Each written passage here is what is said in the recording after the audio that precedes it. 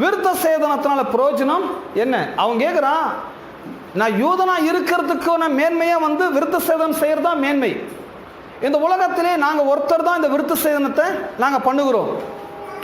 ஏன்னா அந்த விருத்த சேதனம் பண்ணணும்னு சொல்லி கடவுளே எங்களுக்கு நேரடியாக என்ன பண்ணிருக்கிறார்?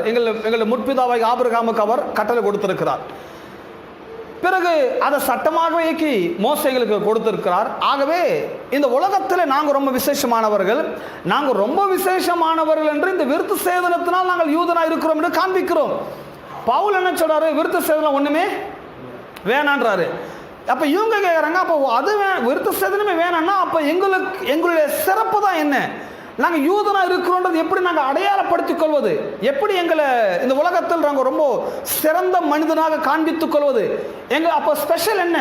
யூதனுக்குன்னு ஒரு 3 கண்ணு கிடையாது, யூதனுக்குன்னு எக்ஸ்ட்ரா ஒரு கை கிடையாது, யூதனுக்குன்னு எக்ஸ்ட்ரா 2 கால் கிடையாது.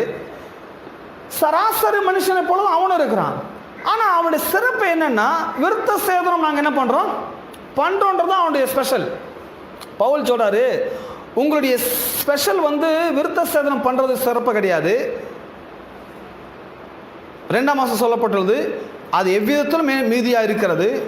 தேவனுடைய வாக்கியங்கள் அவர்களிடத்தில் ஒப்புவிக்கப்பட்டது, விசேஷித்த மேன்மையாமே.